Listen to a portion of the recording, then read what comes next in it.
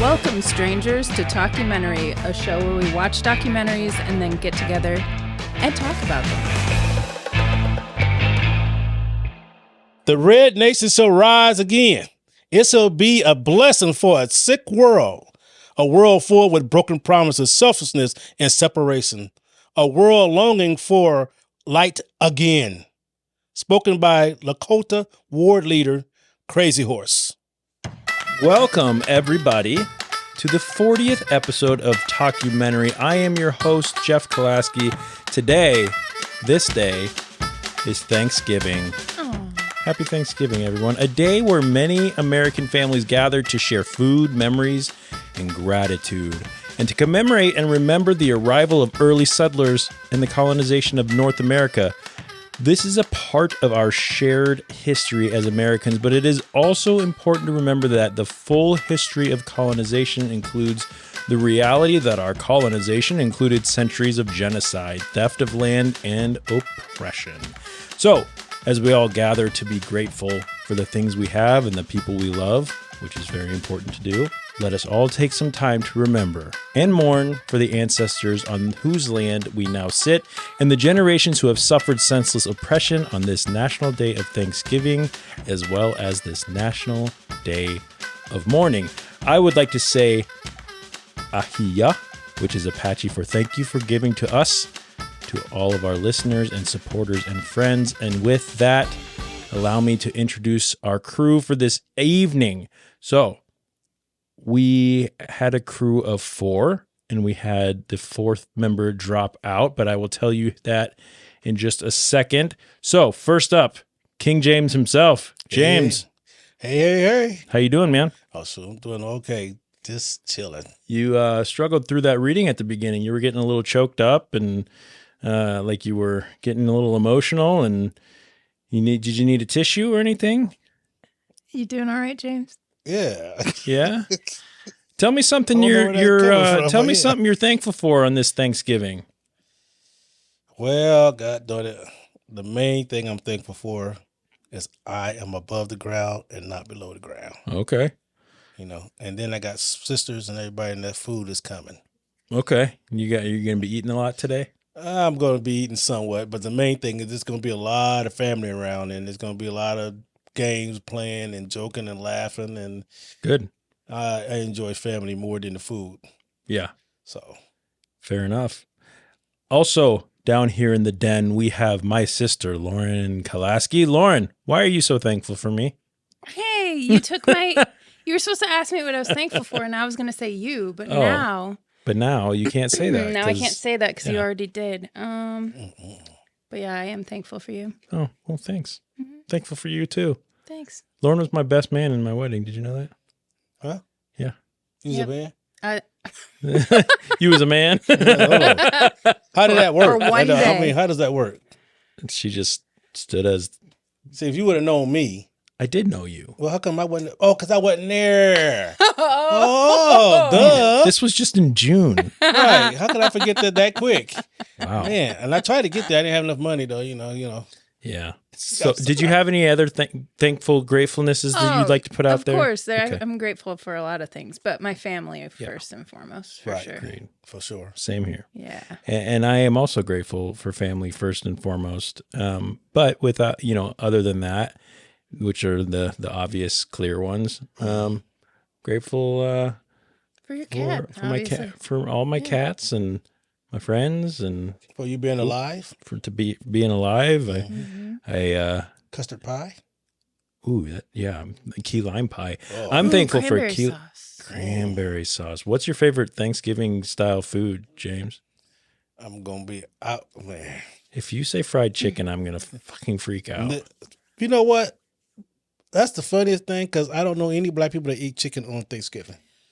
Shoo! You eat turkey. Turkey and the ham. Big chicken. Is that the day where we have to eat the big chicken? But that's Labor Day. That's Labor Day. Little inside joke for everybody. Okay, I don't know that. But anyway, I like it when my family, I'm not sure y'all guys seen it on the football field, but when they put like extra turkey legs on the chicken. On the turkey. Now you got me talking about chicken. But on the turkey, they have like 6 legs on a turkey, and they put them on That's there. a freaky fucking turkey. Yeah, they just attach the legs on there, but it's fun. That's an insect. Yep. Well, Yeah. that's a love big it. ass it's roach. The funnest thing. A roach. Ugh. Ugh. Oh yeah. I saw the picture of that roach. Yeah, I don't ever want to see the picture of that roach again, by the way. It was the most horrifying thing I've ever seen in my I life. caught this roach. What's your favorite? Oh, okay, go ahead. Oh, deviled eggs. Really? Oh yeah, that's good stuff. I like deviled eggs. They're I don't know if it's good, my but- favorite, but Well, I feel like Thanksgiving's really the only time you eat them. eat them. Yeah. Really? And Well, I me like anyway. I like cranberry sauce. I like deviled eggs. I like Homemade cranberry sauce. I like just No, the canned stuff. Canned. Oh. Give me It has to be shaped like in a the can. shape of a can. Yeah. Really? Yes, it's my favorite. Yeah, I love it. What's yours? I think it's like a 3-way tie between Green bean casserole. yes, Yep. That's new. stuffing. Stuffing, yeah. But just stovetop. Just give me yes, like I don't basic, want the fancy easy stuff. stovetop. If you put one sliver of celery. of celery, I fucking knew it.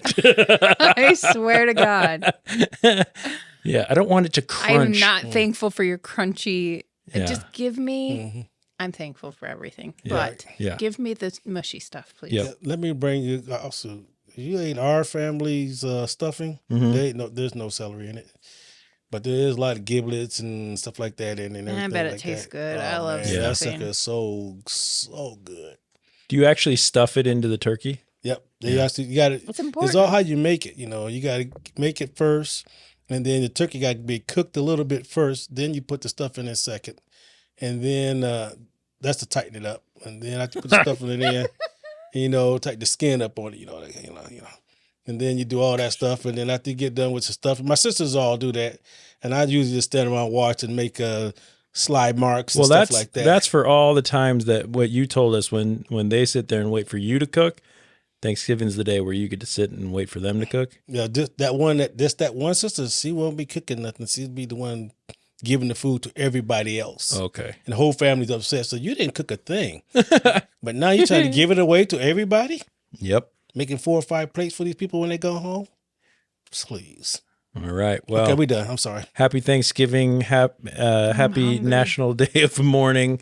Yep. And we had the intention. We actually were sitting down here waiting for our good friend Tyler Alsop to join us again. He was with us on our Rumble episode. If you listened to that a few weeks ago, we had it all ready to go, and he had some things come up, and unfortunately, we had pushed this episode back a few times, so we just got to get it done.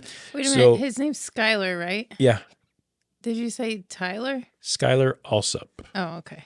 I I don't- thought you said Tyler. I That's hope what I was- didn't, because that's not his name. That's definitely not his name. But anyway, Sky, we hope you're doing well. Happy Thanksgiving and all that good stuff. So, before we go any further, go out and rate our podcast on your favorite podcast streaming service. Let us know what you think of our show. If you want to connect with our crew, look for @Talkumentary Podcast on Instagram, Facebook, and YouTube. Or you can shoot us an email. James, do you remember what our email address is? I do. Info I at don't. talkumentary.com. info.talkumentary@gmail.com. Info, period, talkumentary@gmail.com. Also, make sure you listen all the way to the end of our shows. Not only does it ensure that you get plenty of our voices to satiate all your deep, deep hunger for Talkumentary, but we also will have our word of the week, which you're going to want to know because you get cool stuff and it's really awesome if you do that. So that being said, we do have a shout out for this week. Yay. We had a very special person kind of use our word of the week on YouTube. This person goes by the name Jeff's Mama Cat on YouTube, which is pretty interesting because the code word was supposed to be, so it was from our storm chasing anthology. It was supposed to be portmanteau. Okay. She said, quote, "I listened, forgot the code, something about toad, LOL, because I'm mom." so this was my mom. James, what are you doing? Oh, sorry. What is happening? I was trying to help you out there. I'm like, you said this. I was like, this is mine. And I did like that, mine. And then I said, Mom, I just did like that. Is it distracting you And to then they have said, they yourself keep on running, the camera here? And I was like, go. And they don't know. And I just did like they don't know. Anyway, shout out to Jeff's mama cat, Lauren and I's mother. Excuse me. No, Jeff's mom. Oh, it's just Jeff's mama cat. Yeah. I get all the credit. I see how it is, Mom. So, Mom, happy Thanksgiving. Yeah, happy Thanksgiving. Happy Thanksgiving. And don't forget the code. Something about Toad. That is the funniest thing I've ever seen or I've ever heard. Yeah. This week, we remember the true ancestors of our country by remembering the people that were here long before the colonization, and we follow the efforts by various people and tribes to reclaim the ancestral foodways and advocate for food sovereignty for the indigenous Americans. We watched a very beautiful 74-minute documentary from 2020 called Gather. Here is the trailer. Our ancestors saw the world end once. That whole life was gone. Now we're on the other side of the apocalypse. The different wrongs that have been done to Native peoples are just so sickening. I mean, they even had slogans like kill the Indian, save the man. That's genocide. Millions of people all across the Americas systematically wiped out, starting here on the East Coast. That's the reason that we don't have that relationship with some of those traditional foods anymore. What's popping? I see onions. Yeah, we have red onions, yellow onions, Matcha, squash. You ready? we're salmon people. Like, what do we do if our salmon don't come back? What I've come to understand is if we want to maintain our culture, then we have to have buffalo as a vital part of our communities. What we're doing is reintroducing our young people to the land, the food, and our traditional ways of healing. Working at the farm has brought a lot of healing to my life. I've been clean 16 years, June now. I learned to heal through harvesting our traditional food. We're celebrating Apache foodways in a kitchen that was built by Apaches for Apaches. It's this movement among all indigenous people that they're listening, and it's like music. When you hear the drum, it's calling you, and it's Mother Earth. Mother Earth's heart's beating, and she's talking to all of us that we need to do something. What's inside first like that? Before there was corn, we need to do this. This was directed by Sanjay Rawal, produced by the man Jason Momoa, First Nations Development Institute, Tanya Mailier, and Sterling Harjo. The film was a Monument releasing Ager Mayaler Films and Illumine Group production, streamed on Netflix. Gather has an 80% rating on Rotten Tomatoes, Tomato Meter with 5 reviews. Here are a few of those reviews. Chris Barsanti of Pop Matter gives a rotten review that says, despite the rich source material and engaging characters on hand, Gather more often feels somewhat thin and repetitive. What do you guys think about that rating? James, good morning. I will, in a way. I don't agree with that. It wasn't repetitive. I mean, it's a documentary talking about a subject, and everything that fed into that subject, they actually just talked about it. Yep. So that I don't think it's repetitive, and I liked it. So yeah, I tend to disagree a little bit. With James. Mm-hmm. Okay, you thought it was repetitive. I thought somewhat it was thin. Yeah. I don't know that I thought it was repetitive so much, but I did think it was a little bit on the shallow. On the weak side? Yeah. I kind of agree just a little bit. Anyway, so Pamela Powell of Real Honest Review gives a fresh review saying the stunning cinematography accentuates every aspect of the story, the beauty of our land, and the need to understand the gifts we have all been given to live a life of truth about our past and create a new path to the future. So I will agree with Pamela that the cinematography in this was really good. Yes, true. They showed a lot of different landscapes. They went from desert to the kind of river forest area and back and forth and the different color schemes in each part that they were in, I thought was really well shot and well made. Anyway, we'll have a link to the film's credit information in the show notes. I don't know why when I would say show notes, I would always want to say show notes. So now I've just kind of embraced it, and I'm going to just say it from now on. Show notes. It kind of feels like it rolls off the tongue better than show notes. Show note. Show note. It's like trying to say toy boat. Yes. That's why. Okay, James. Say the words toy boat as many times in a row as you can. Since that doesn't have anything to do with the documentary that time. Toy boat, toy boat, toy boat, toy boat. Toy boat. Oh, toy boat. I thought it was toy boat. No. Toy boat. See? It's really hard. Toy boat. Toy boat. Toy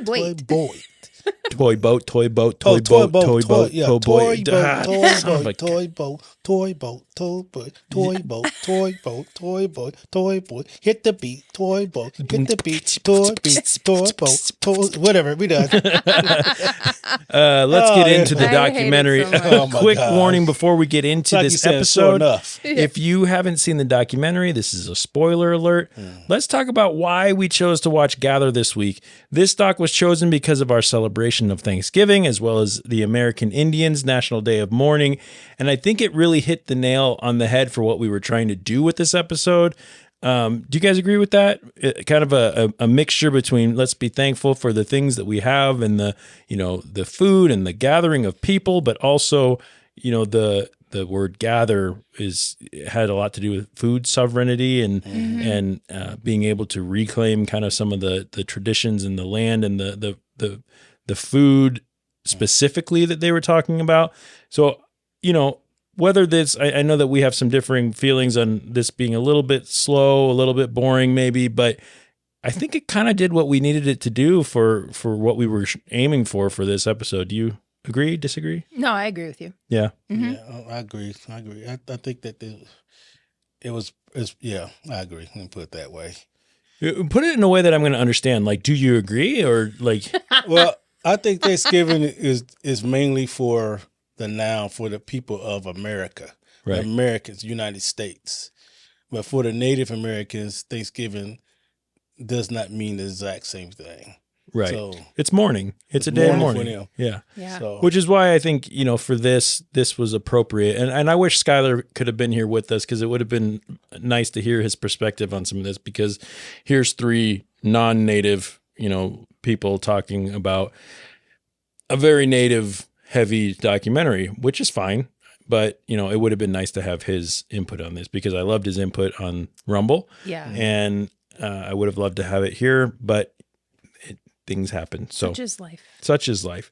I'm going to be honest. I had never heard of food sovereignty until this episode, and I had to look it up. Even after this episode, I didn't really understand it, and I'm going to try to understand it a little bit. Do you guys have like an idea of how to like explain that? I'm not sure. I didn't really look it up, but Yeah. the thing that I kind of wrote down around the words food sovereignty was it's kind of another way of rewilding. And I feel like, because we've talked about that a couple times on here before. Yeah, we had Hell or High Seas. Yes. We had in Rumble, they talked about taking the guy who was into drugs out to kind of rewild. Yeah, a couple different so times. I feel like it's just kind of another way of rewilding and getting in touch with where your food comes from and kind of getting your hands dirty in that aspect.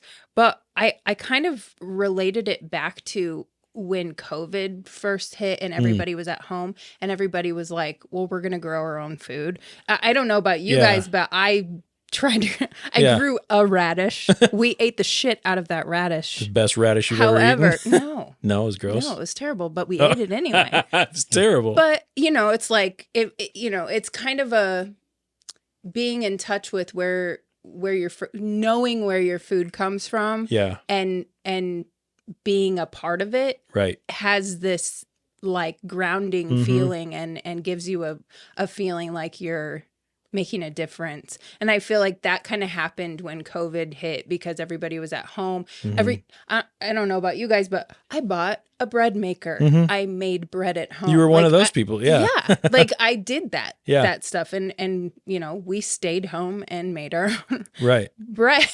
Like it's ridiculous, but it did feel like the right thing to do at the time because we couldn't do anything else. So it was almost like homesteading, sort of. Yeah, and in the documentary they talked about, for some of the, you know, they talk about the rise in like diabetes and in the native population because of they literally didn't even have a grocery store. But they didn't have another choice. They didn't have any other choice. They had to get all their food from a gas station, which was all preservatives and things like that, which we know how damaging that can be. When, you know, they're kind of going back to saying, no, if we had been left to our own devices, the buffalo would still be roaming this land. The crops would still be growing. The fish would still be prominent and coming through this, and we would still be thriving. So we need to be able to take that back and reclaim those things and be able to not only partake in that food, but also be a huge part of the for lack of a better term, the biosphere or the like what's the ecosystem? Yeah, the ecosystem, because it's such a part of, we are such a part of them and they are such a part of us, right? Which is a big part, I think, of what we've been seeing in these Native American documentaries that we've watched, and talking to people like Skylar about how important it is to be connected to the earth. And that's not just with the dirt and the trees and the rocks, it's also with the animals that are on the earth. So Gather is here's some details about it. Gather is an intimate portrait of the growing movement amongst Native Americans to reclaim their spiritual, political, and cultural identities through food sovereignty. While battling the trauma of centuries of genocide, Gather follows Nephi Craig, a chef, or Nephi, I believe it is, Nephi Craig, a chef from the White Mountain Apache Nation in Arizona, opening an indigenous cafe as a nutritional recovery clinic. Elsie Dubray, a young scientist from the Cheyenne River Sioux Nation in South Dakota, as she conducts landmark studies on buffalo. And the Ancestral Guard, a group of environmental activists from the Yurok Nation in Northern California, trying to save the Klamath River and their salmon fishing rights. So 3 main groups of people that we kind of followed in this documentary: Chef Nelfi and the White Mountain Apache, working to create sustainable farming and cooking. We heard a lot from him. Elise Dubray, her science working with the buffalo. She was the really impressive high school girl that was doing these really cool experiments. And we'll get into her a little bit more, but it was just so kind of remarkable that you're going, well, how much better for you buffalo meat is. It's crazy. It's delicious. Makes me want to eat a buffalo burger because I love. So good. We used to have a place in Omaha that did bison meat, but I don't think it's still there anymore. Fuddruckers used to do it. Really? Yep. Used to do buffalo, ostrich, and a couple other. No way. Yep. When they used Prove to be it. giant, it used to be real giant, and then they cut it down to a little small area. It's still there, but they don't sell that type of burger.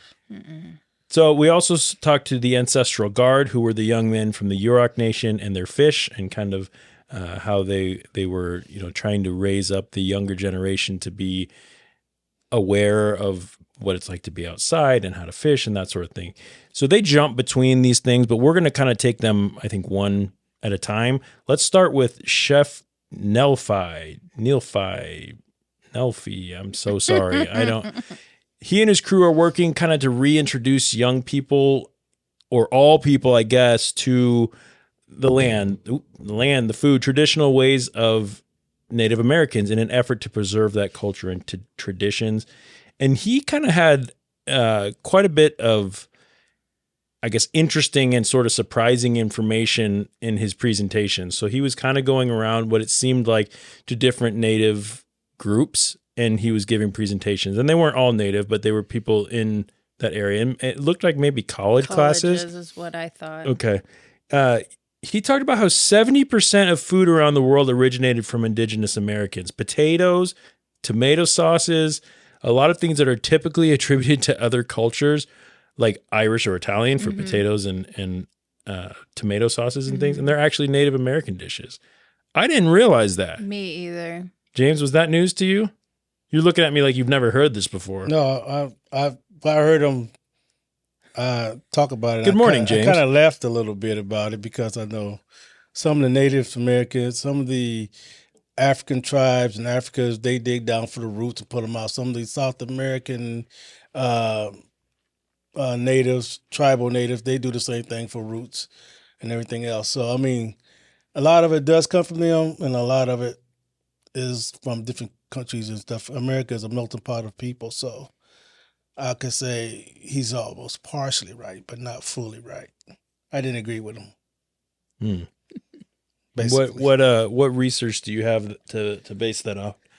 This common knowledge. Show me your common knowledge. Common knowledge of watching. Ladies and gentlemen, please do not start sending me emails about the uninformed. Here in the den I watched with us. As a kid, I watched a lot of TV. Yeah, a lot of the what they call it? What's it? Geographical stuff. I watched a lot of people, a lot of the South American Indians, and they showed how they live, how they eat, and stuff. And they used to go dig for roots, and they put out the thing that looked like it was white, but it looked like a what they call that, a yam. And it was eaten from like roots like that, and they actually grew their own down there. And then a lot of Africans, they got another one where they dig in, and they go down into like a dirt area, and they pull out roots, stuff like that. Your Aborigines, same way, you know. Okay. So that's where I get it from. But I mean, okay. So the Discovery Channel, right? Discovery Channel, General Channel. I'm 60 years old, so I watch a lot of that stuff when I was a kid. That would be my thing, was all that stuff. I used to love it. All right. Still love it. Well, okay. So to move on a little bit from that, I also couldn't believe that the graphs he showed about the rate of alcoholism, diabetes, homicide, suicide, and how much higher rate Native Americans on the reservation than in white America and Black America, but how much higher theirs were. There's a stereotype when people talk about Native Americans that they're all alcoholics or addicts, and this really did a good job, I think, of showing why that might be something that's so prevalent in reservations and in these communities. The fact alone that many of these reservations are food deserts, right? Which was crazy to me. Meaning they, like I said before, they're growing up that the only place they can get food was the gas station. Like, of course you're gonna be prone to, if all the food we ate was from the gas station. Can you imagine how unhealthy we would be? Right. I mean, because what do you have? What are your options to drink other than beer and Red Bull? Gatorade, right? Yeah, sugar, pure sugar. Well, and I thought it was interesting that he was saying, like, if you want to attack a people, attack their food. Right. That is like that's so always, true, but it's like you don't really. It's not how people really think, but it's not how we really think, because we're not. Hey, I've been thinking like that since 7th grade. Yeah, but you at least had grocery stores in your community. I meant, like, if you was to start a war with a country, the best way to take them is take their food source, their water source. Well, I've never thought about how to wipe out a whole people before. You have? Yeah, because listen to history and stuff. And how they used to do the genocides and things, and how they attacked a lot of using this simple stuff. Wow. They poured. You watch those Western Western movies. Yeah. Where the guy's dying and there's some water there, and he gets all the way up to the water hole, and the Native Americans poisoned the water hole before they couldn't drink it. Stuff like that. That's why in the old Western propaganda that made Indians look like devils. Right. Yeah. Except for the Crow. The Crow was their partners. Okay, we'll talk about that later on. So, and to add into that, they said that it was easier to get alcohol and to get drugs than it was to get decent food. Right. Same way in the hood. Which is crazy. I mean, Same that way in the hood. Yeah, I believe it. And that goes back to colonization, the idea that the Native Americans had something that the colonizers wanted, and they knew that if they attacked their food, like you said, they could wipe them out. But they weren't wiped out, but they were pretty damn close. I mean, some of the people that we talked to, 10%. Right. 10%. 10%. Of people survived. And everybody that was still around from these specific reservations that we or nations that we talked or that were talked to in this documentary, everybody's a straight descendant from that 10%. That is insane. Yeah. Like you hear about the horrible things that colonizers did to Native Americans on their land, but to really boil it down and go, if it weren't for a couple people that escaped, we would have lost this culture completely. Yeah. Wow. And now they're fighting to get back some of their traditions and ways. Here's a short clip from the film regarding the importance of sovereignty. Have food sovereignty, you're free to be self-reliant, to grow your own food, to choose the foods you want to eat, choose the foods you want to put in school systems, and really be self-sustaining or sustainable. And our reservations across the United States are far away from being actually food sovereign. So they talked about, the sort of food. So I liked when he was going with his friend. I don't remember the other guy's name, the other chef's name, but they were going through the little farm that they were building up. And he found anasazi beans. Those were incredible to me because they said the seeds were ancient. They were an extinct plant. They planted seeds that they found in an archaeological dig. That's So crazy. And they fucking grew. I know. So that's like digging up a fossil, going, that looks like a seed. Let's plant it in water and see what happens. And it started a whole thing where now we have anasazi beans. That's incredible. Which would have been completely gone. They were they gone. not tried it. Right. That's and now They threw a Hail Mary and it worked. Yeah, absolutely. And Cafe Gojo, which is what they're building, and actually it is an active and working cafe right now, which you can visit and you can go check it out. That's cool. Yeah, I actually looked it up and I want to go there. Some of the food sounds incredible, but Yeah. Gojo means beauty, harmony, love, and happiness in the Apache language. It's in an old gas station, which they said is kind of a fun. Yeah, it's like a weird juxtaposition. Right, of where where we it came started and where we're going as a people, which is pretty incredible. Anything you guys want to add about Chef Nelfi and all of their story before we get on to Elise Dubray? With the chef, Elsie? I really like the chef. I like him. I did too. You know, I like the fact that you going back to the land. You know, I like the fact that you're eating the natural food now instead of all the sugar preservatives and all that jive. Yeah. You know, so, and now the diabetes will be less. Yeah. You know, it'll cut down on a lot of stuff. Maybe you can start a whole new generation and just have them teach the next generation, then teach the next generation. Yeah. And this hopefully you could reduce all these things that cause ailments and stuff like that.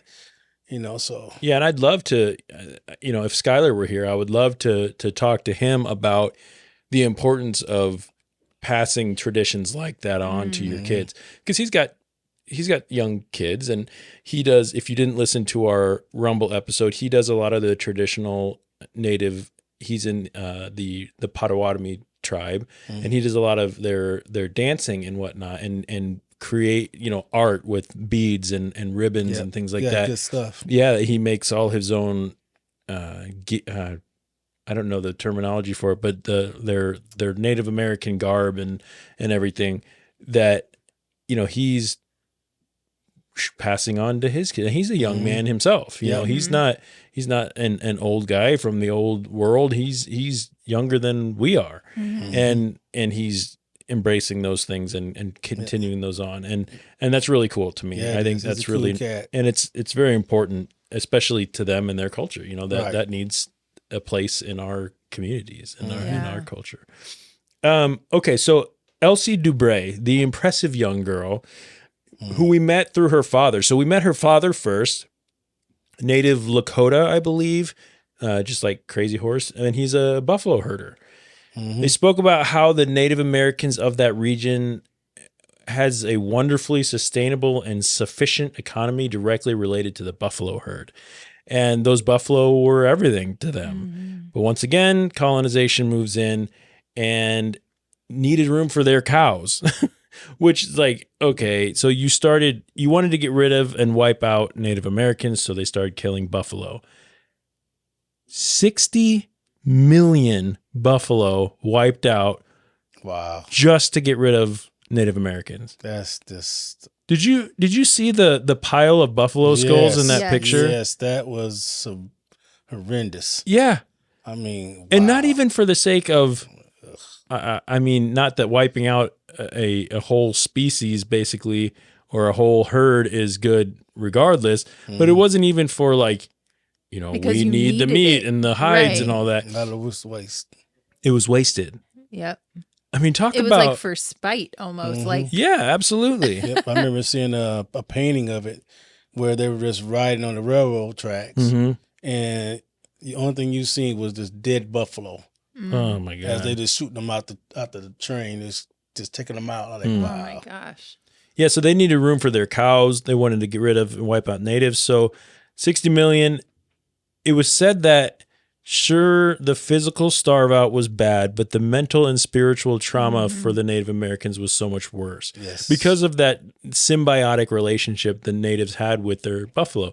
They went where the buffalo went, right? They Right. followed. There was, when they hunted buffalo, it was done respectfully and they used every bit of that buffalo.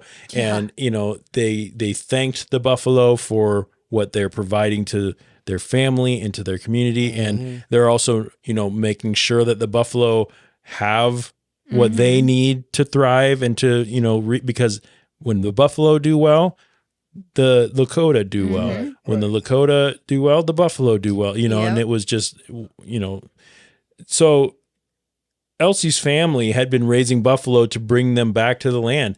And one of the coolest shots in this film was when he was driving his truck across the field and there was a herd of buffalo all around him. I'm like, man, that's not How only a cool cool, is that? Yeah, I want to drive my truck through some buffalo. Like they probably would like run me off the road or something. I'm Probably. like, nice Nissan, like, whatever. But anyway, Elsie, though, was evolving the way of thinking about reintegrating the buffalo. So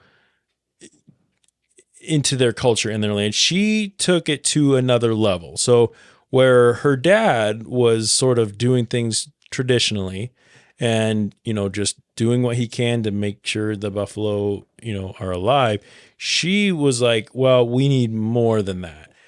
Times are changing and we need something more. So let's use science.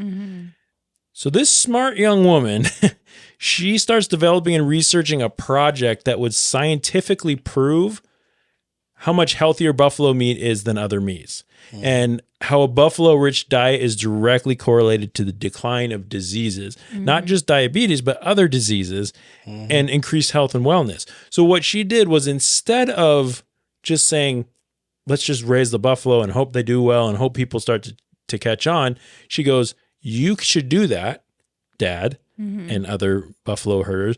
But what I'm going to start to do is hit it from the other side and go to politicians and go to the FDA and go to, start hitting this from the scientific side to say, not only is it a way of our life and of our health and things like that, but it also makes more sense for everyone health-wise.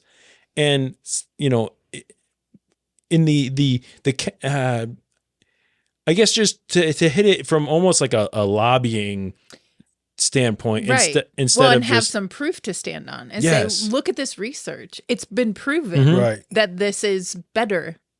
right, and This, that, and it has an effect on all these diseases, and it can kind of reverse some of that. right, and if you take that to your kids, it's good for them too. Right. This isn't just a native thing. No, this isn't just, what you might see as the natives being up in arms and wanting to, just try to get back what was ours and all that. And you might scoff at that, which you shouldn't. Right. But you might. Right. You might scoff at that and go, "Oh, I'm so tired of the Native Americans, wanting their land back." Well, first of all, don't be a jerk. Don't be a jerk. But second of all, this is your kids would be healthier. Your kids would be less risk of this obesity. is a human race thing, right? Not your kids, yes. Not a native cultural thing, or a racial thing. Yeah. It doesn't have anything to do with that. This is humans, and it's she's proving that this is right. And it just so happens that my people, the natives, benefit from that too, because we are, of course, the skeptic in me goes, well, as soon as she proves that, and as soon as if big cattle, big beef ever caught on to that and decided to start raising buffalo, then we'd see the same problem with, where they'd kick the natives off their land, they'd start buffalo farms that were over farming buffalo, and it would be completely inhumane and they'd ruin it just like everything else. But at least she's coming at this from a different way, and hopefully some laws and regulations and things like that could be put in to protect the native buffalo herders and buffalo in general, I guess. So, but she won her science fair, which was fun to see. Yeah, that was cool. I don't remember if it was her that said it or not, but who was it that said, like, if any of this is making you feel uncomfortable, don't shut it off. Ask yourself why. That was Chef Nelfi. Was that him? Yeah. Okay, I couldn't remember who it was. I have it like kind of in between both of those sections. It jumped around a lot in the film. I thought that was kind of cool, and like the thought of like, in order to understand, your first step is to understand violence in all of its forms. Like, I thought that was really cool. I just couldn't remember where in the and timeline. No, that's all right. And he said it when he was talking about, you have, like you said, you have to understand that a lot of the issues that we're dealing with and struggles we have do come from violence and come from, from oppression and a traumatic past, that our ancestors have gone through. And, to kind of jump back to Elsie, and when we talk about that, during one of the segments where she was talking to her family, we were shown a glimpse into something that I had no idea about. And I was really interested to talk to Skylar about this and see if he knew but the institution of Indian boarding schools. Yeah. Oh yeah. Yeah. I've heard Had you heard of that? James, have you ever heard about that? Yep. What do you know about that? Like, James, like, do you know anything about this kind of stuff? I was hoping to pick Skylar's brain, but since I just got you guys, I guess. Yeah. No, I just heard about it, how they used to put a lot of kids and like change, they considered it as civilized, like for savages to making them civil. Right. They did a lot of that throughout the takeover. They had something called the allotment, which was like the duels act, which did the same thing. It took the tribal Native Americans that was in tribe and separated them to make them separate. They could give them land, but you have to be separate from the tribe, which start to fading out tribes and stuff like that. It down. Saying that there'll be then and in that clause you would have to be farmers.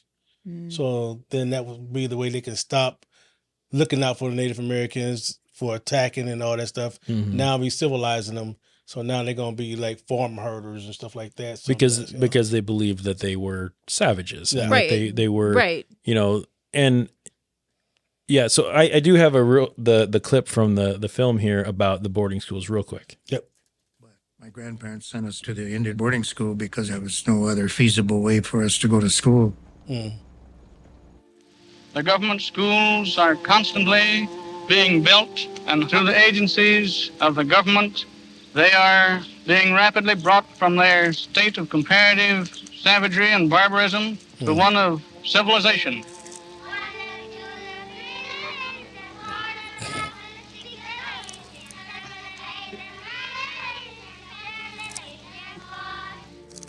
basically forced acculturation, forced assimilation into this dominant society. I mean, they even had slogans like, kill the Indian, save the man. That's genocide. Me and friends of mine, we used to talk about how we wish it could be once when there was big buffalo herds and when everything was back the way it was, but just thinking that it's probably never going to be. And then when I went to college and I got to thinking about it, I thought that I'm going to start a revolution, go back, restore Buffalo Cheyenne River. I know when I watched this film, Mom was watching, Jeff's mama cat, shout out again. And she made a comment, you know, when you mentioned the boarding schools, and she was like, "Ooh, I heard like about how horrible these things were." And like we just heard, it was forced assimilation into a society that just took over. Yep. So not to make comparisons, but kind of to make comparisons, it's you know, imagine the Nazis coming in and trying to wipe out the Jews and taking Jewish people instead and of just killing them, which they did plenty of, but also going, we're going to force you to become a Nazi German, you know, and assimilate into our stuff and take away your religion and take away your whatever. But the saddest part about all that to me is what he said at the very beginning, which was the only chance we had at going to school and getting any education at this time was to go to the boarding school. So they said, you know, they're singing the 1 little, 2 little, 3 little Indian. I remember singing that Me song. too. Same. But I heard that's the last time I ever sing that song. Right. Because, I mean, it's, you know, the things that you see growing up and that you hear growing, whether it's on a cartoon or on a movie or something. There was a lot of that on cartoons. A lot of it. My goodness. Most of that stuff. You don't realize it. Have you either of you have HBO or Max, whatever? Yeah. Have you ever gone onto their Looney Tunes hub? If you watch Looney Tunes now on HBO, there's a disclaimer at the beginning of it now that says, this was from an we realize that some of the things on here could be troublesome or problematic. Please understand that this is not, you know, whatever their disclaimer is. But it's like, I guess good on them for recognizing that. But at the same time, those were we didn't have those disclaimers growing up. No, you know, Lauren and I, our generation didn't see that, and even James, your generation before us. And as those keep going back, it I hate to say it, but it keeps getting worse. Yeah. In a lot of ways, and you know, just things that I would have never thought of. You don't hear about boarding schools like this in our history classes. No, you barely hear anything about Native Americans. Right. I mean, we talked about that when we did Rumble.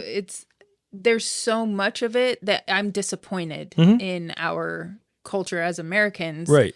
That we don't know more about the Native American At least own it. Like, and that's another thing that they said, I don't know when it came up in here, was that, like, you know, there's this whole thing around Thanksgiving and it's all false. All of it is false. And people just cherry pick what they want, what sounds good, and that's what they put out there. But it's not true. Right. And it's what we're led to believe as, you know, Americans that grew up here after all of this. There's no way for us to have known what actually happened. Yeah.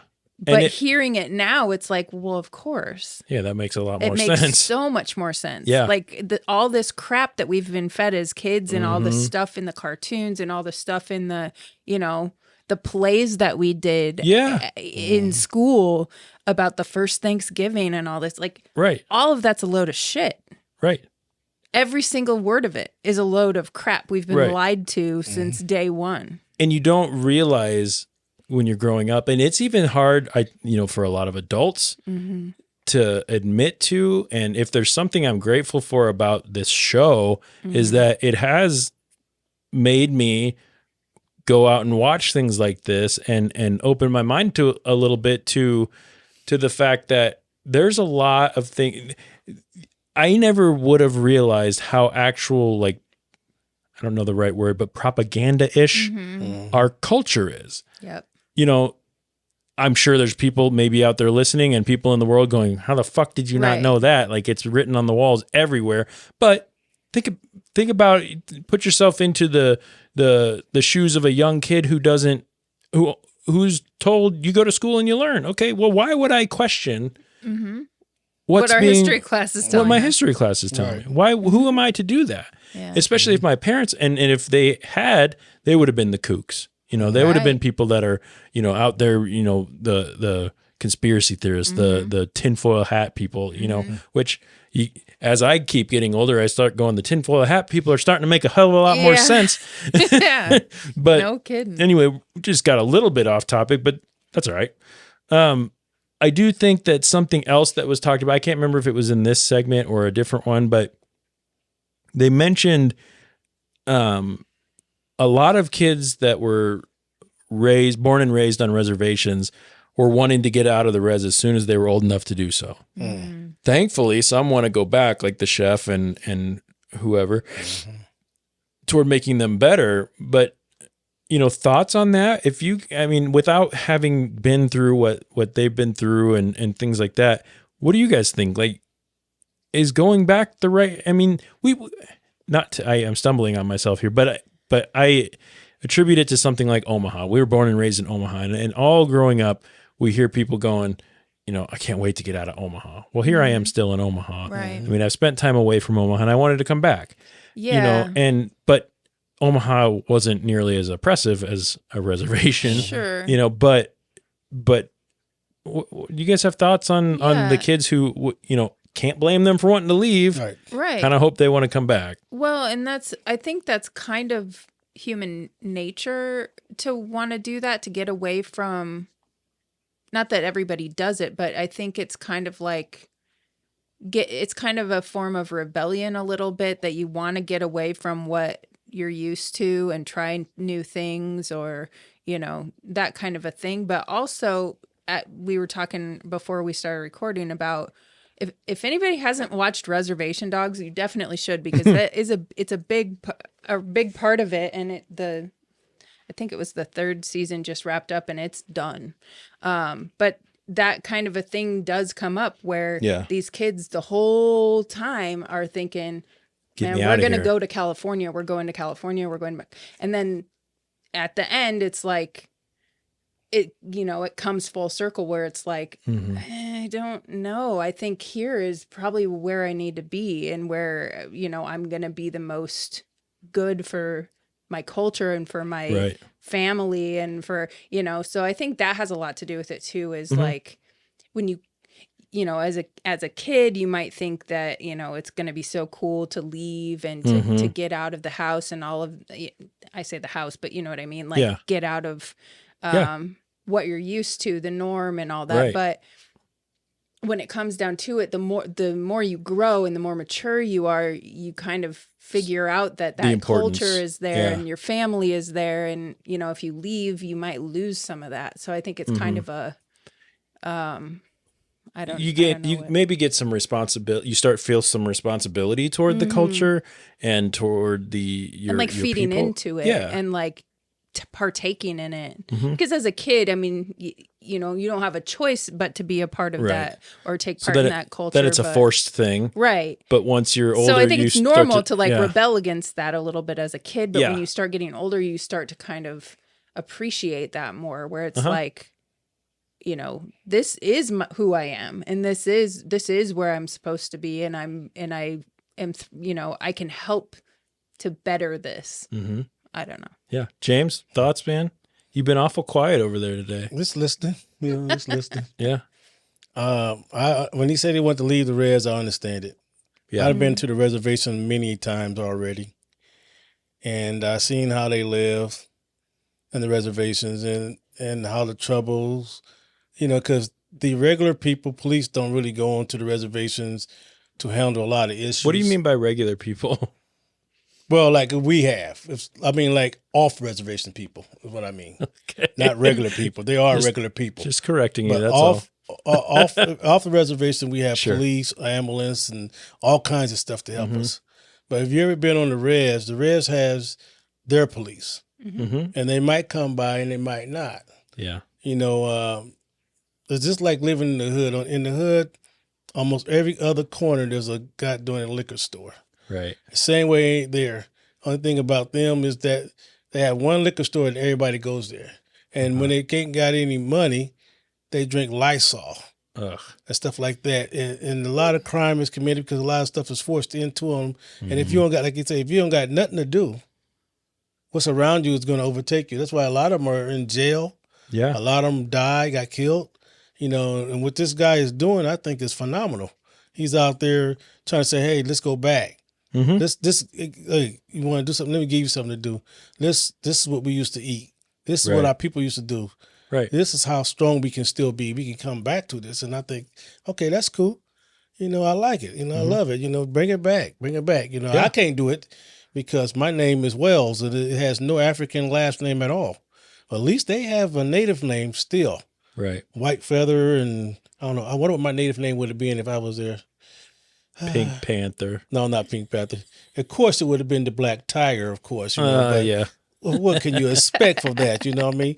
But no, on a serious note, they're really doing great work when they do that. And I wish there's more people instead of, because when you get, like you said, when you get older, you slow down a little bit and you start to looking at things. And you start realizing some of the things. Yeah. True. No, and that's why I just love it. That's you know, ain't much I can say. I wish a lot of Native Americans can get together.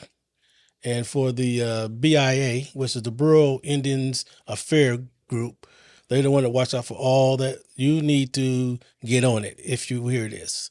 So get on your job, help out the Native American people, help bring back stuff, help the tribes, help the reservation. You know, teach them stuff, teach them more than what they know, for they can grow more. You know. Well, and getting back to your roots is such a grounding experience. It is. Anyways, it's like it brings you so much closer to like your ancestors and stuff. And I feel like that's so important. And then, you know, the natives have such an appreciation for the land and the animals and the growth and the, you know, and that I think is the key. Yeah. Because look, I mean, you look at the, you know, the beef industry or whatever, like look at what we've done with that. Yeah. I mean, does it provide food? Sure. Yeah. Is there a better, more sustainable, feeling surrounding it? No. PETA wouldn't exist if there was. Absolutely not. Right. Yeah. So it's like, it's that grounding and that appreciation for the life. And that, you know, they were talking about like saying thank you to the buffalo and using every part of it. Yep. Like I there's love something that. there. Like, and even when you talk about like growing food and things, there's like a, there's a gravity. There's an itch being scratched. It makes you feel heavier, like almost viscerally heavier. It like brings you, like it pulls you toward the core of the earth, because I feel like it's just that grounding to That's even important. talk about gardening or you know, if the only place, nutrients that you actually need and being able to live off the land. That's why I like watching like those survival shows and stuff, because it's so National Geographic shows, right? Yeah, well, or like you just even like the ones Africans where, with their boobies hanging out. No, I did see a show like that last night too. I like how you stopped to think, like, you know what? I actually kind of do like that. Actually, you're right. Yeah, I seen a show like that. You know, the Aborigines and stuff. You know, Yeah. it was called Quickly Down Under. Oh my God. I was like, oh, that was Tom Selleck was the man on that show. oh my god. Anyway, keep going, sister, if you need No, to. I was just saying that there's almost a visceral like bodily reaction that makes you feel It's like a calling. heavier. Yeah. It's like your feet are planted more firmly on the ground, even just talking about you know, foraging. If all or the food anything. you get is wrapped in plastic and cellophane, and Which it is for me, most me of it. too, I mean, yeah. I've never hunted. We can't down that, you know. Well, we got a buffalo be wrapped in cellophane. Would you eat it? Yeah. No, what I'm saying is, No, I get you. there's I'm nothing just wrong, because that's the culture that we've made Right. as a society. That's we don't have a choice, really. Civilized society, so call it. right. So you know, quote unquote, And let because me knock off of that right quick, Jeff. Civilized, to call them savages, it's like when you came to this land, who showed you how right. to eat? Who showed you this stuff? So you learn from savages, and then you turn around and call them savages. Right. You know, now you Absolutely. can. That's just something. That's wild too. Yeah, it is. So I do want to get in, we're running a little long, but hey, you know what? Whatever. We make the rules. The last group that we haven't talked about yet is the ancestral guard from the Yurok Nation in California. This culture was all about fishing. Salmon and eel fishing is what we were seeing. I'm sure there was more than that, but that's what we were seeing. They said that if the salmon are gone, their people follow shortly after. Much of their fishing areas and lands were stolen when the gold rush happened in California because all the treaties had already happened and no one was talking treaty anymore. It was shoot on sight and the land is yours. If there's no one on it, it's yours for the taking. So all of the Yurok today are descendants of the 10% of people who survived that genocide. That is absolutely insane. Yeah, I know. And their story was another tale of Native American tenacity and motivation and whatnot. They spoke of a moratorium, which is essentially the suspension of a particular activity. So the government made a moratorium that kicked their people off of the rivers and lakes, which they were physically assaulting them and ramming boats to keep them from fishing. They were taking away their livelihood for no reason other than to have ownership of the area. But they banded together as a tribe and surrounding nations and said, we're never going to stop fishing. Fish on. We're going to make this happen because this is who we are. And finally, their demands were heard. A lot of damage had been done. But the Ancestral Guard, this group of young boys, they started what they call the Ancestral Guard as a way to show kids how to do the things that their people have always done. They would take kids or people who are struggling and take them out and teach them to fish and be outside. And just like our Veterans Day episode, just like people getting outside to the earth, rewilding, people were going back outside. Right. I work with a lot of people that are living in shattered environments, but actually coming out here and reconnecting and healing. This is a different way of coping. It's a form of healing our ancestors have always known, and it still works.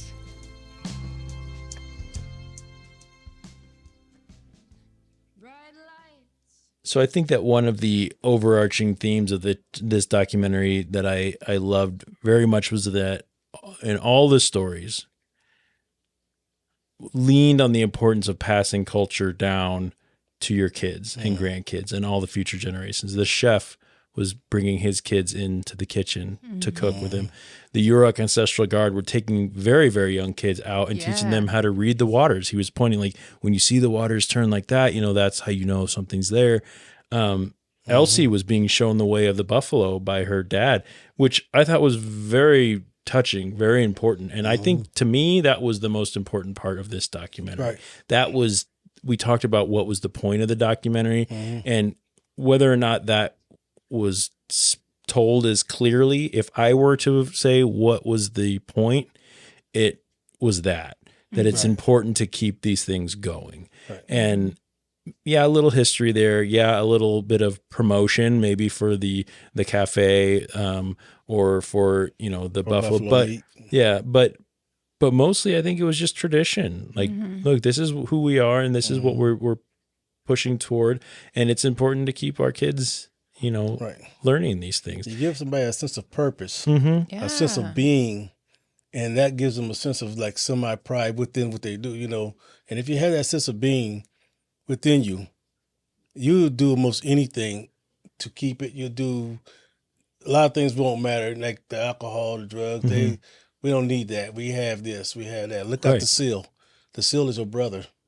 You can talk to it, I mean, I love that when he said that. I'm like, yes, I could go. I'll get with you. I'll get you. Yeah. Don't mess with those seals. Those guys are there. They're living their life just like we are. They're doing what they need to do to survive, and we're doing what we got to do to survive. And everybody's just happy doing their thing. Yeah. How did we feel after watching this, sister? I mean, sister. I felt good about it, but I felt like it could have been deeper. Okay. I felt like it was a little shallow for me. I just thought, I feel like there could have been more meat there, but Buffalo meat? buffalo meat, definitely. Yeah. Mhm. Okay. Fair enough. Yep. I felt the same kind of way a little bit. I didn't think it was repetitive, but there's certain things when I was watching, I like, when they didn't catch the fish, they was able to get it from their friend. Yeah, I like that What was part. that about, though? Did you notice that? Did you see that? What do you The mean? guy face was covered all the way up, like he didn't want nobody to see his face, hood, everything else was just covered up, gloves maybe and all that. To me, I just feel like he maybe had thoughts about being on a film. On TV. So Yeah, that's what I don't thought know. too. I said, well, hopefully that's what it is. You Yeah. know? But anyway, that was a good thing. And that taught sharing.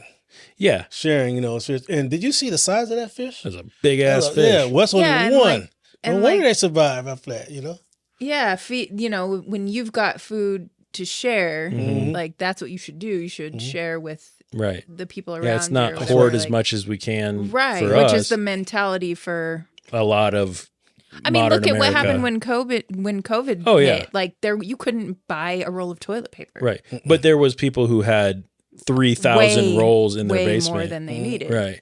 Yeah, Right. and that's modern America. That's Right. not just America, that's modern society. That's greed. Right. That's, and I promise you in a lot of these native cultures and things like that, if that was an issue and one person had 10 rolls of toilet paper and there were 9 families, one would go to each. Oh, yeah, that- 1,000%. That's more, which is enviable. I mean, that's Yeah.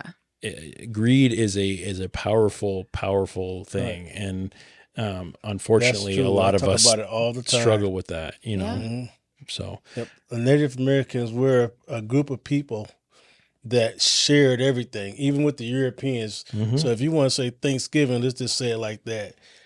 They came in and the Native Americans shared their knowledge and shared their food and just Yeah. welcomed on in. Well, and it's kind of that tribe mentality too, where it's like it's not it takes a village. It's not me versus you, It's not it's- yeah, it's us together, and Right. and we're all going to take part in raising our children, and we're all going to take part in getting food and which is a big thing that we've Oh, gotten man. away from in society Totally. now. Like, Yep, a like lot. you can't do it yourself, you're fucked. Right. yeah, and you just got to figure it out, and, if don't you you can't, dare I guess, ask for help. Unless Yeah. you're paying for it.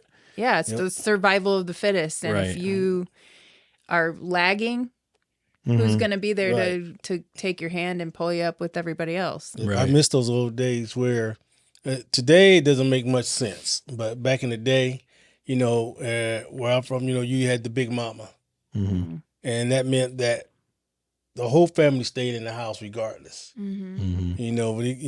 Your mom was still there, your sister's there, her kids there, and they're married to somebody else, Mm-hmm. and they're living in the house too, and everybody's working as a unit. Yeah. Same way with the Native Americans, same way with the Latinos.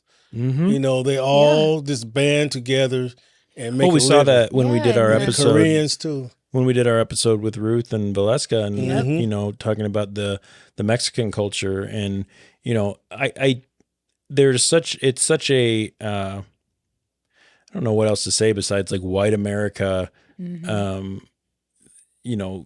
cultural thing where independence is so sought after, and it's and I'm guilty of it. I mean, I feel that I don't want my whole family living. I want them close enough to where I can see them, Right. but I don't have to me, like, no, this is my space. This is my family. This is my, and I don't have a desire to, but at the same time, like, I envy and I appreciate the desire to take care of one's own and to come together as a group and to do all that.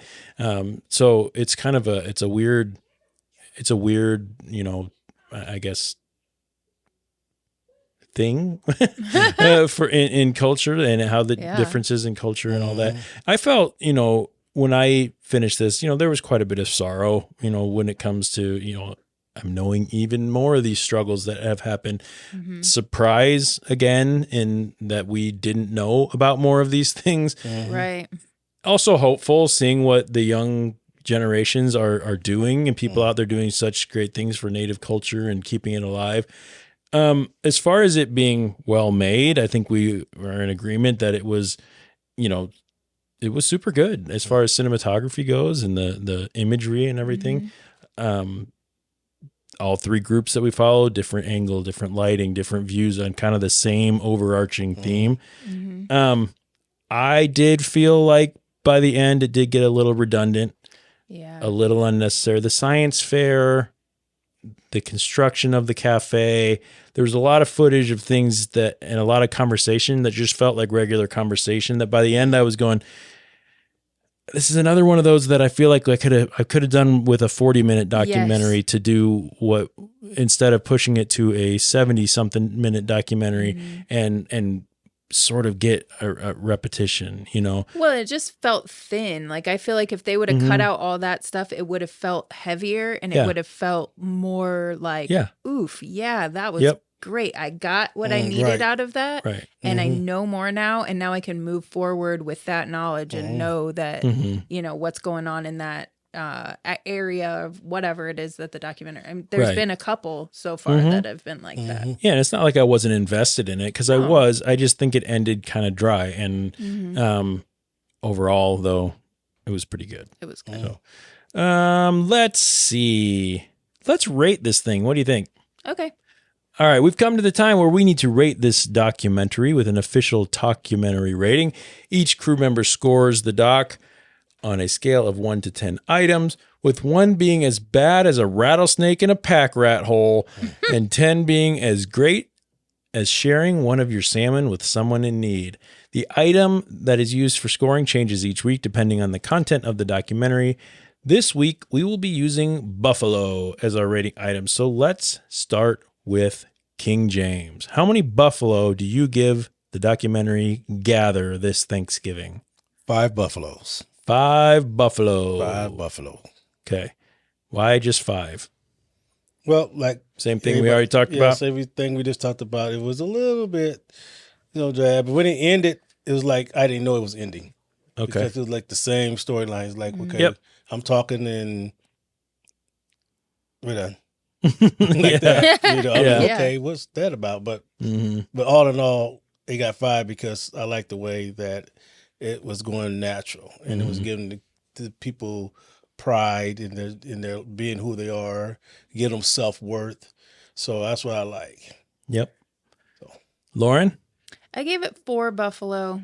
Okay. Just because I feel like it could have been tightened up and really been something. Sweeten it up. Something heavy that could have really packed a punch. But the way they did it, it was fine. It just, I kind of had a hard time following where we were going with some of it and the reason why we were being shown some of it. But other than that, I thought it was really well done. I just feel like it could have been shorter and I feel like it could have packed more of a punch. I think this is another example of a documentary that I appreciate more after talking about it with you guys than when I watched it the first time. And that's why I was excited about having Skylar here. I wanted to have his view on this as well. But since he bailed on us, thanks a lot, Skylar. No. But I gave this 6, and it was raised above the halfway point for me because of how well it was shot and filmed. That speaks a lot to me, seeing some of those landscapes and things like that. And the 3 main kind of storylines did tie together pretty nicely. So I think filmmaking wise, it was done really well, but I agree. It did get a little dry in some points. So after averaging everyone's scores together, the official Talkumentary rating for Gather is 5 buffalo. Thank you, everyone, for listening. We here at Talkumentary are so very grateful for each and every one of our listeners. And ahiya to all the Native American cultures that are fighting every day to keep their cultures and people alive and wonderful. Thanks to Skylar, who wasn't here, but he was going to be here. If you're listening to this, which I hope you are doing well, go check out some of his jewelry. So cool. Yeah, I'm gonna put some of his stuff on our show notes anyway, just because he's cool and we want to do that. King James, sister, thanks for hanging out tonight. It was a little bit later this evening than we normally hang out, but James is barely awake. Man. I'm just allergies. Just rub my eyes. I'm up all day long. I'm ready to get it done, baby. Ready to get it done. I don't even know what you're talking about. Do I even know what I'm talking about? I hope you guys get plenty to eat this Thanksgiving and are able to take some time to remember your history, our history, the good and the ugly. And hopefully, James, you get some of that gizzard stuffing. And Lauren, you get plenty of green bean casserole. Giblet gravy. Oof. Giblet. All right, Meow. All right, Meow. All right, Meow. Let's talk about next week's episode. For next week, hold on. What's up, James? I just want to say on this Thanksgiving Day, just remember, if you got any food in your cupboard that you do not need, be sure to give it to like other families in need that don't have food. Yeah. And that's part of the giving. That's part of Thanksgiving is the giving part.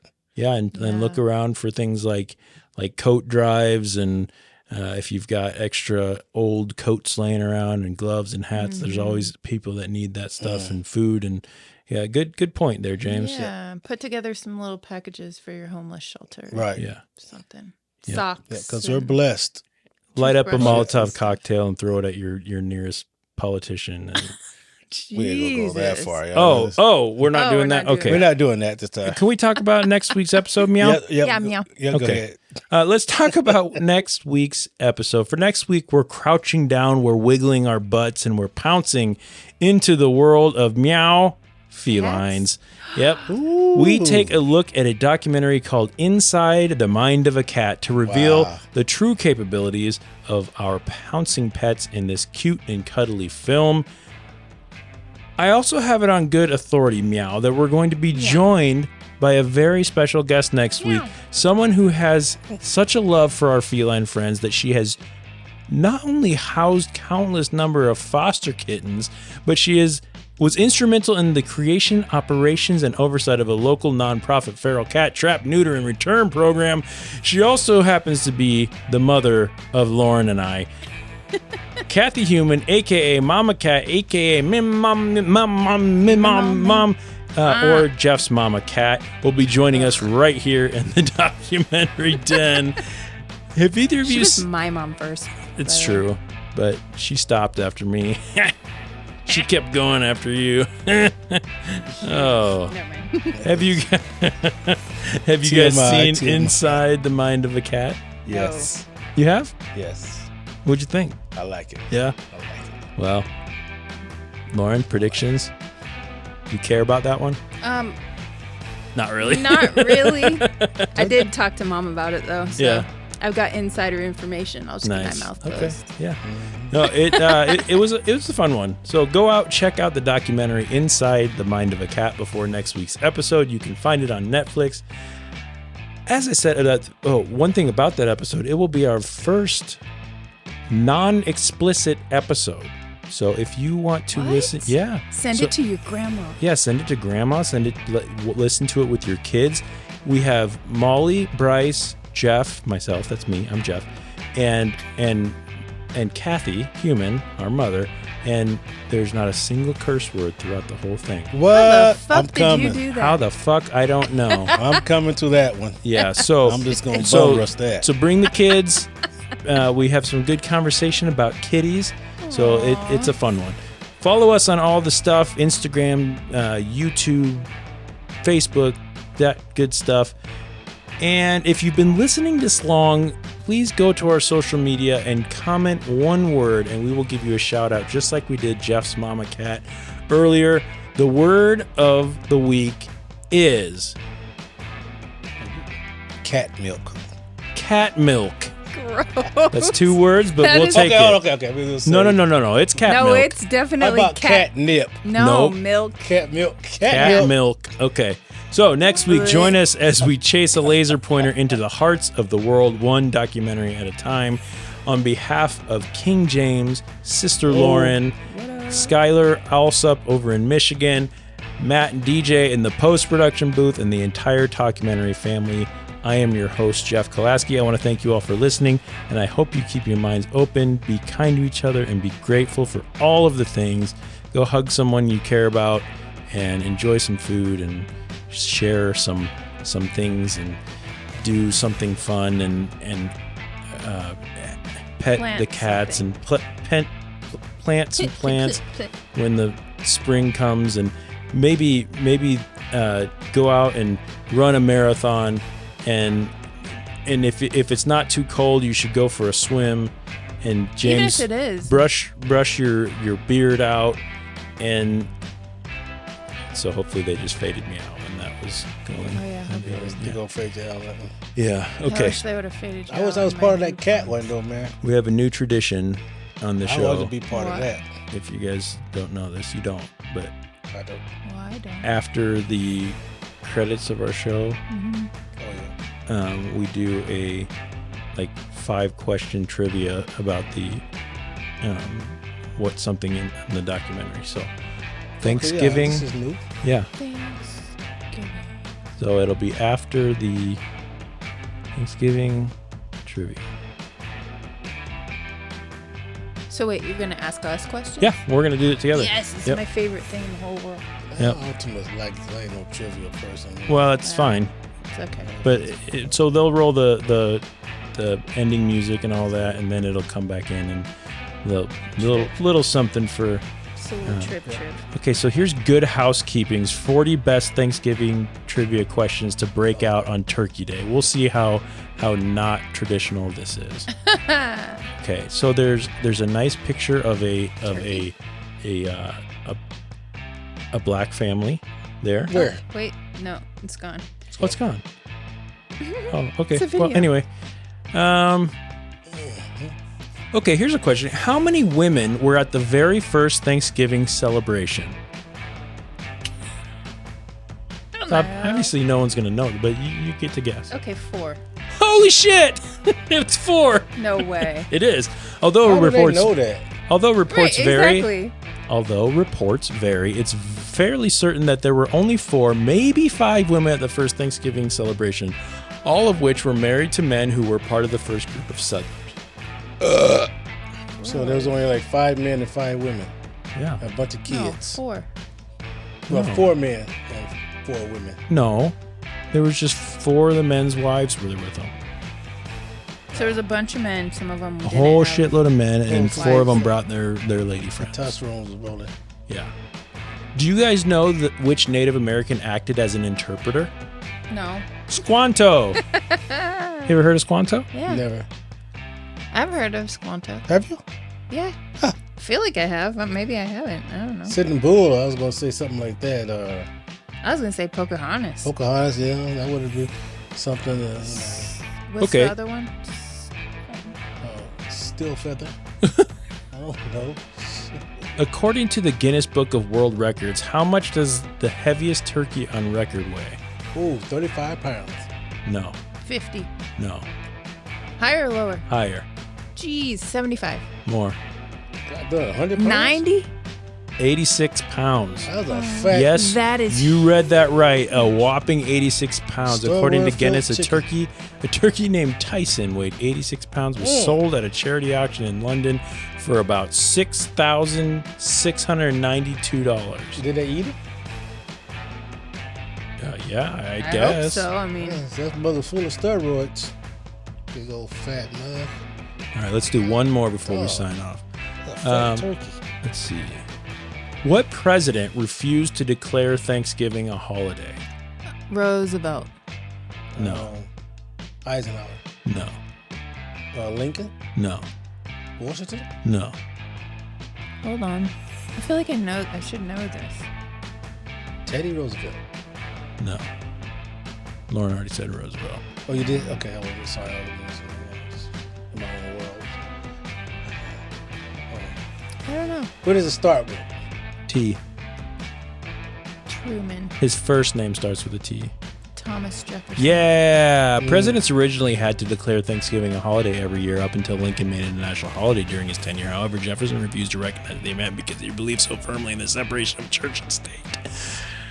Since Thanksgiving involved prayer and reflection, he thought designating it as a holiday would violate the First Amendment. He also thought it was better suited as a state holiday, not a federal one. So, whatever, Thomas Jefferson. All right, dumbass Jefferson. All right. Well, thanks, everybody.